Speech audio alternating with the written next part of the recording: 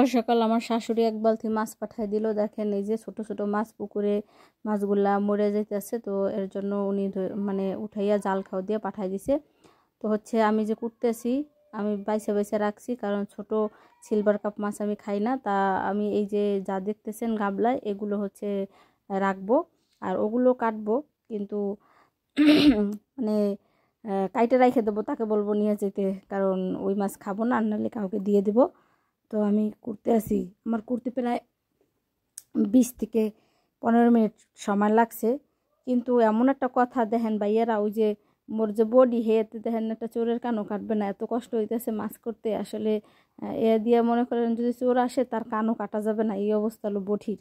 তো শেষমেশ হচ্ছে আমার মাছ কোটা প্রায় শেষের দিকে, কিন্তু শেষের দিকে হইলেই কি আর শেষের দিকে মানে বললেই কি হয়ে যায়, আরও বালতিতে তো আরও মাছ আছে। তো আমি হচ্ছে এই বড় মাছটা কুটবো এখন। এই বড় মাছটা কোটার পরে মানে এটা হচ্ছে এখন আমি দুপুরে রান্না করব। এর জন্য ওইটাকে আবার একটু সুন্দর করে কুইটা কাইটা রাখবো, কারণ আবার তো আর কুটবো না, আর ফ্রিজে রাখবো, সেটা সবগুলো আস্তে আস্তে রাখতে হবে। এখন আমি যে করলাম, এখন এই বড় মাছটা যে কুটবো। তো দুঃখের কথা বললামই তো যে বটিতে বেশি ধান নাই, তো এর জন্য মাছটা করতে আমার অনেক কষ্ট হয়, মাঝে মাঝে ছাই মাখতে হয়, কারণ বোঝেনই তো কত কিছুই করতে হয়।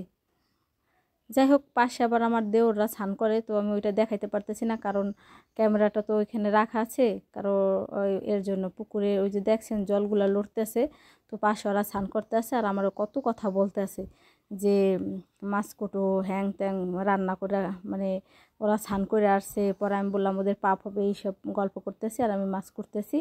তো ওরা হচ্ছে আজকে তারা মায়ের পুজো, বাড়তি গৌর নদী বাড়তি, অবশ্যই যারা চিনেন তারা তো চিনে নেই, তো ওইখানে যাবে, এর জন্য আবার স্নান করতে আছে। আমি মাছ করতেছি, তো কি আর করার আছে। এখন মাছ আমার এগুলা কোটা শেষ, মানে যেগুলো আমি খাই আর কি, এগুলো আমি একপাশে ওই যে আগেই কুটে রাখছি, আর যেগুলো না খাই সেটা হচ্ছে এই যে দেখেন এই যে বালতিতে।